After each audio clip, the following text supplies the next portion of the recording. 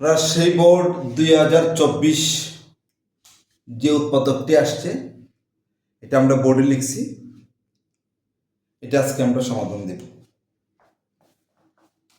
দেখো আমরা লিখি প্রদত্ত রাশি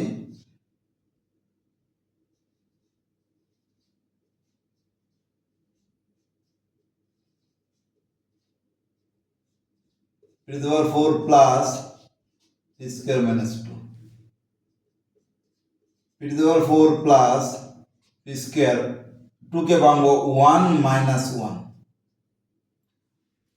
একটা 1 আনবো p⁴ এর সাথে, একটা 1 নিব p স্কয়ারের সাথে। p⁴ minus 1 plus p square minus 1, একটা 1 p⁴ এর সাথে, একটা 1 p স্কয়ারের সাথে। এখন এটাকে আমরা p স্কয়ার হোল স্কয়ার করবো মাইনাস 1 হোল স্কয়ার করবো, প্লাস এটা যেভাবে সেইভাবে থাকবে।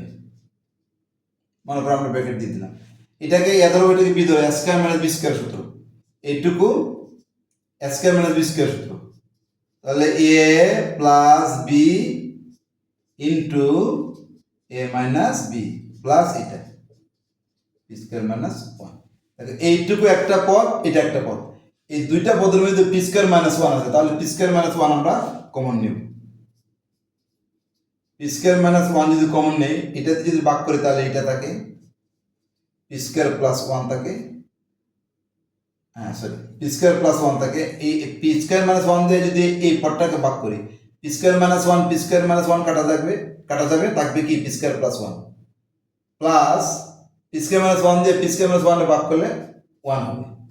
আমরা এইদিকে চলে যাই, p স্কয়ার মাইনাস 1 আর এদিকে থাকে p স্কয়ার প্লাস 1 1 2। ইচ্ছা করলে আমরা এখানে যে ব্র্যাকেট দিয়ে দিছি, এই ব্র্যাকেটের সামনে আমরা কিন্তু 1 দিয়ে এইভাবে লিখতে পারি, না লিখলেও হবে 1 দিয়ে, এটা সামনে 1 দিয়ে লিখলেও হবে, না লিখলেও হবে। তাহলে আমরা কি করলাম, p square minus 1 p square minus 1 common নিয়ে গেলাম, তাহলে এটার থেকে p স্কয়ার মাইনাস 1 চলে গেলে p স্কয়ার প্লাস 1 থাকে, প্লাস p স্কয়ার মাইনাস 1 কে p স্কয়ার মাইনাস 1 দিয়ে ভাগ করলে 1 হয়, তাহলে 1 1 হয় 2, আর এখানে আছে p স্কয়ার। এটা কিন্তু আবার s square minus b square সূত্র হবে, যেমন p square minus 1 whole square, আর এটা যে অবশ্যই ভাবে থাকবে, এটা আর কিছু করা যায় না। এটাকে p কে ধরো, 1 কে b ধরো, p প্লাস 1 p মাইনাস 1, তাহলে p স্কয়ার প্লাস 2।